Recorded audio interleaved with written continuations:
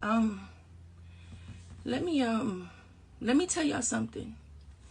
And this is one of the most serious things that I've ever said. Maybe even one of the most emotional and personal things that I've ever said.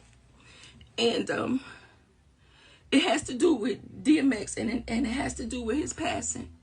But not only his passing, but his childhood and what he has went through. What we have went through.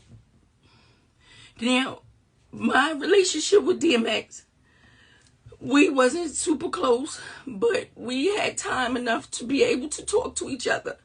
And coming from similar backgrounds, there's certain things that I need y'all to understand.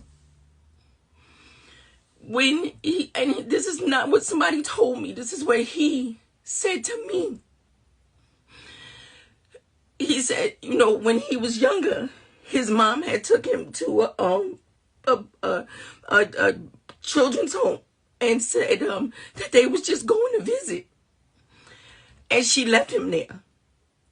She took him there and she left him there. And he was too little to be there.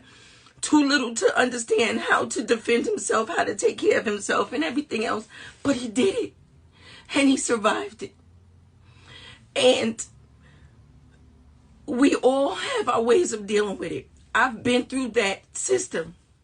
I've been through that. I know what it's like when people think that adults don't care about children. I know what it's like to run the streets, sleep on the train, sleep in the hallways, try to sleep at friends' houses, have people tell you could come stay at their house and their brothers are trying to mess with you, or even their fathers and adults and uncles and shit. I know what it is like. And we all handle it differently. We all have our demons. When people would see me and say how angry I was, they didn't understand what I had endured and what I went through. And as soon as me and DMX came in contact with each other, as soon as me and Earl came in contact with each other, we already knew what was done to that spirit. And it makes you overly aggressive. It makes you seem angry to people. It makes you seem mad to people. So people try to find whatever they can in order to overcome that. Some people turn to drugs. Some people turn to drinking. Some people turn to other things. People wonder why we give so much. The money that I make now, right? I give most of my money away to children who are in foster care and going through situations. You know why? Because there was nobody to do that for me. There was nobody to do that for me. So I do that. I give back. I try to make everybody happy. I try to keep everybody good because of what I may be dealing with on the inside. Everybody's fighting their own fucking demons. So when I think about it right now, I think about the fact that when that certain amount of peace comes along, why do you think, let me tell you why Roxanne Shante don't drink or don't use drugs. You know why? Because I'm so afraid to find some fucking peace in it that I would never stop. I'm so afraid to find some fucking peace in it. I still now fight with going to sleep. When I'm up and I'm posting 3, 4 o'clock in the morning, I'm not happy that I'm up 3, 4 o'clock in the morning posting, knowing that I got to start my day all over again.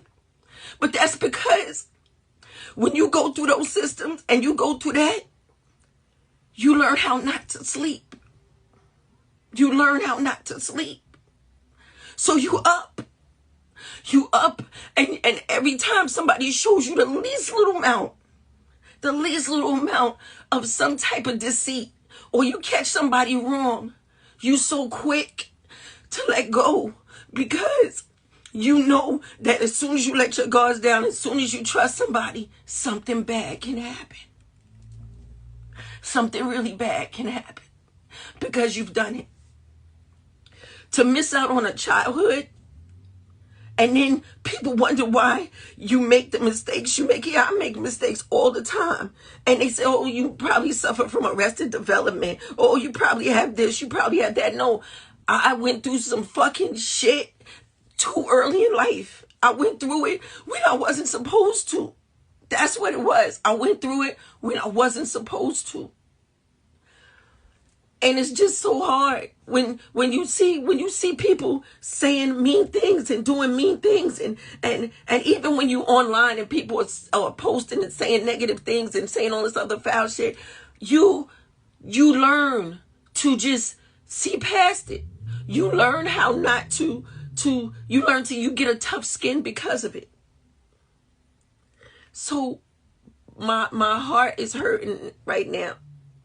But in a way, I know that he has found some fucking peace. I do.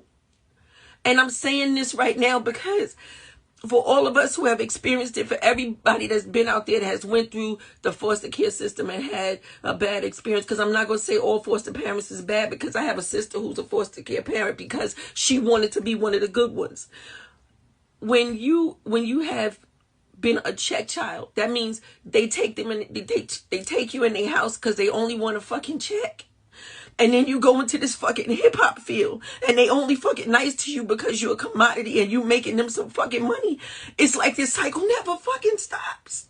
It just never stops. Oh my God.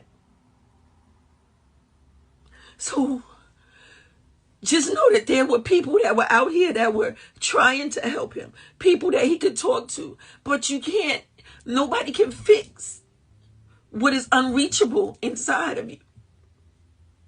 And it's just rough. And I just need to say that. So if you know a child and you see a child in foster care, or you see a child that's going through something, man, help them. Say something. Say something to their parents. Do something. Because you never know who that child is going to grow up to be. You never know who that child is going to grow up to touch. You never, ever know. You just don't know. And you just don't know. So I'm just saying, anybody that has been through it, I know it's hard, and I know that you're dealing with it, and I know you done seen enough social workers to save you a lifetime. But maybe there is some type of therapy you get. Sometimes it's not even about wanting to grow up and be rich and have money. That's not it. It's not wanting to grow up. It's about wanting to find some peace, some happiness, a family that is yours. That's what you really want. That's all you want. I took in kids because I wanted kids to feel happy. I wanted them to feel a place that they could go and be loved. And yeah, my mouth may be foul, but they know they would never be hurt. They know they would be fed. They knew I would share my last. That's all you want. That's all you want. That's all you want. So I needed to say that. I just needed to say that.